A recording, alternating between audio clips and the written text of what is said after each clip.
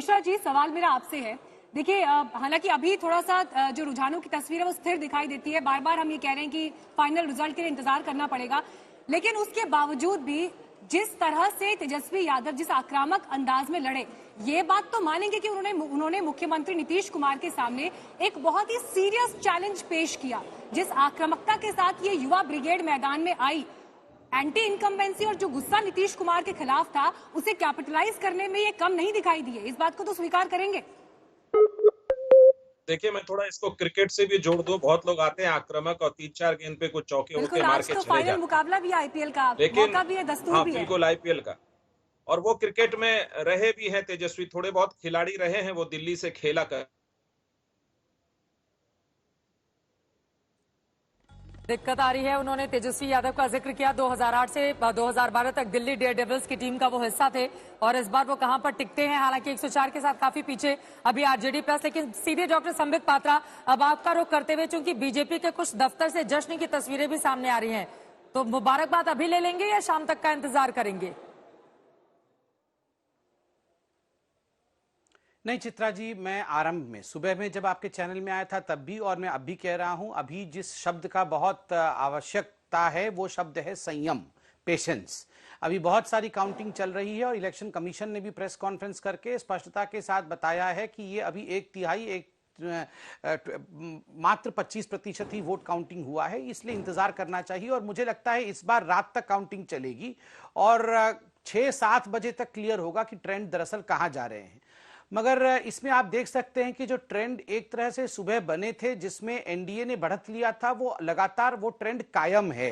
थोड़े समय के लिए जब पोस्टल बैलेट की काउंटिंग चल रही थी उस समय अन्यथा लग रहा था, मगर लगातार एक ट्रेंड उसी तरफ जा रहा है जिस दिशा में वो सुबह से चल रही है। संबित जी, आप कम हो रहे हैं। संबित जी, पिछले घंटे में देखिए महागठबंधन धीरे धीरे सही, लेकिन 100 का आंकड़ा पार करके 106 पर पहुंच गया है। तो कहीं थोड़ा सा डर, कुछ शक तो नहीं हो रहा आपको? नहीं, एक्चुअली सईद जी क्या हो रहा है कि हम आधे आधे घंटे में भिन्न भिन्न चैनलों में जा रहे हैं। तो कहीं वो 100 का आंकड़ा पार कर चुके हैं, कहीं 100 के आंकड़े से कम है, कहीं वो 108-9 पहुंच गए हैं, तो कहीं हम 133 पे हैं, तो कहीं हम 125 पे हैं। तो सब कुछ एवरेज मिला के मैं चल रहा हूं और मैं बार बार कह रहा हूं कि संयम के साथ काम लेना होगा। मगर 2-3 बातें यहां स्पष्ट होती है। पहली बात जो स्पष्ट होती है कि आप देखिए जिस प्रकार का एग्जिट पोल में प्रोजेक्शन था कि एक वेव और स्वीप वाला इलेक्शन है, ये तो आप भी मानेंगे, नतीजे चाहे कुछ भी हो शाम के 7-8 बजे तक, मगर ये वेव वाला इलेक्शन नहीं है। स्वीप वाला इलेक्शन होता तो ये नतीजे अभी तक स्थिर हो गए होते और एक सॉलिडिफिकेशन हो गया होता। दूसरी बात यहां बताई जा रही थी, क्योंकि मैं आरजेडी के प्रवक्ताओं को भी सुन रहा हूं, कांग्रेस के प्रवक्ताओं को सुन रहा हूं, वो कह रहे हैं कि अभी तो अर्बन सीट के और सेमी अर्बन सीट के डब्बे खुले हैं, अभी जब रूरल के डब्बे खुलेंगे तो आप देखिएगा हमारा परफॉर्मेंस अच्छा हो जाएगा।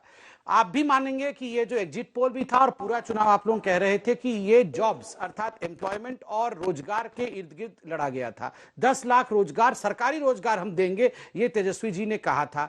मगर आप देखिए सरकारी रोजगार कहां महत्वपूर्ण होता है। सरकारी रोजगार के लिए मार पिटाई होती है तो सेमी अर्बन और अर्बन सीट पे होती है, रूरल सीट पे राशन के लिए, गैस सिलेंडर के लिए, मनरेगा के लिए होता है। तो अगर सेमी अर्बन और अर्बन में हम लीड कर रहे हैं अभी तक के रुझान के अनुसार, तो कहीं ना कहीं ये जो जुमला था कि हम 10 लाख नौकरी दे देंगे, ये अर्बन सीट में कहीं ना कहीं इसने पकड़ नहीं बनाया है।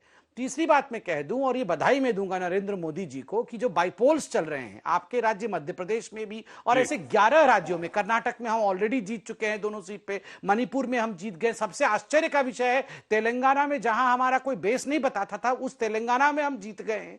ऐसे जो 11 राज्यों में बाइपोल्स चल रहे हैं और बीजेपी का स्ट्राइक रेट 70% से ऊपर है, तो ये दिखाता है कि कोविड के समय में जो चुनाव हुआ है, कोविड प्रबंधन नरेंद्र मोदी जी ने सही तरीके से किया है। घर घर राशन पहुंचाने का काम, लोगों को अपने घर पहुंचाने का काम, चिकित्सा का काम, ये रिसोर्सफुली किया है। तभी लोगों ने नरेंद्र मोदी जी के इस पूरे प्रकरण को एक तरह से मुहर लगाया है।